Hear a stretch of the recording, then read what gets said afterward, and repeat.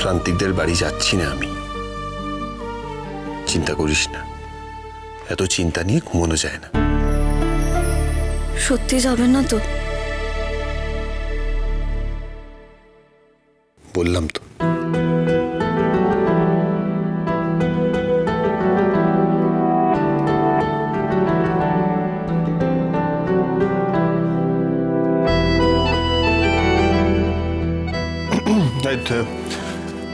তুই ঘুমিয়ে পড়, আমিও ঘুমিয়ে পড়ছি।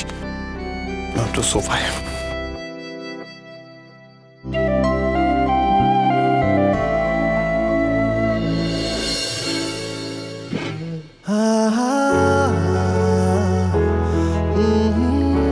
এটা কি হচ্ছে আমার? মাঝে মাঝে কথার সামনে গেলে এরকম কেন লাগছে? না না অগ্নি, মায়ের কিন্তু এখনো মেমরি ফেরেনি। তুমি বারবার বলেছো যে মায়ের পছন্দ করা মেয়েকেই বিয়ে করবে, কিন্তু কথার প্রতি আমার এই অদ্ভুত অনুভূতি, এটা আমি কি করে আটকাই?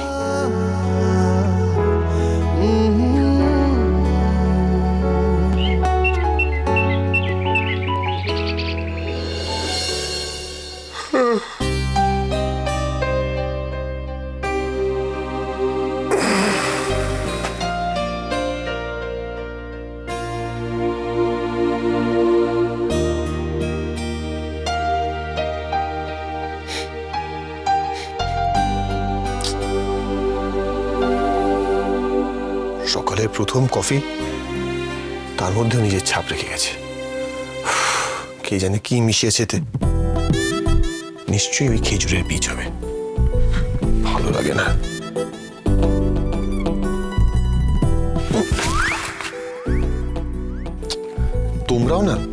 তোমরাও পুরো হয়েছো একবারে কথার মতো। সবসময় আমায় ইরিটেট করছো। আরে তোমরা কি আমার মতো হতে পারো? হ্যাঁ, শেফ এভির মতো স্মার্ট, ড্যাশিং। হ্যাঁ, যখন কথা হসপিটালে ছিল, তোমাদের দেখভাল কে করেছে? আমি করেছি। তো আমার মতো হও না। আরে কথার মাথা খারাপ আছে, আর তোমরাই ওকে লাই দিয়ে দিয়ে মাথাটা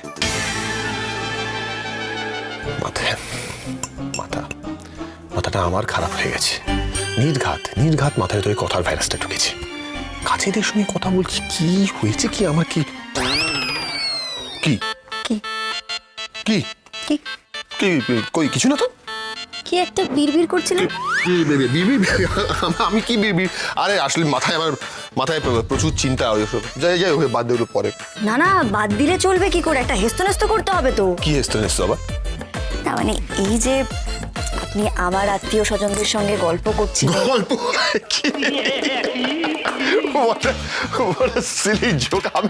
আমি আমার গাছদের সঙ্গে কথা বলবো কেন?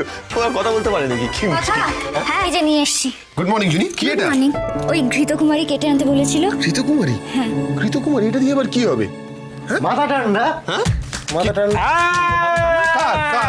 ঠিক বলেছে, মাথা ঠান্ডা তোমার বাবা। শোনো, এই যে শীতের সময়ও তুমি ঘামছো, এই জন্য না ঠিক এই কথা তুমি যেভাবে বলেছিলে সেভাবে একটুখানি করো তো। নাও লাগিয়ে করো। লাগিয়ে দাও। একদম আমি সবটা লাগাবো না।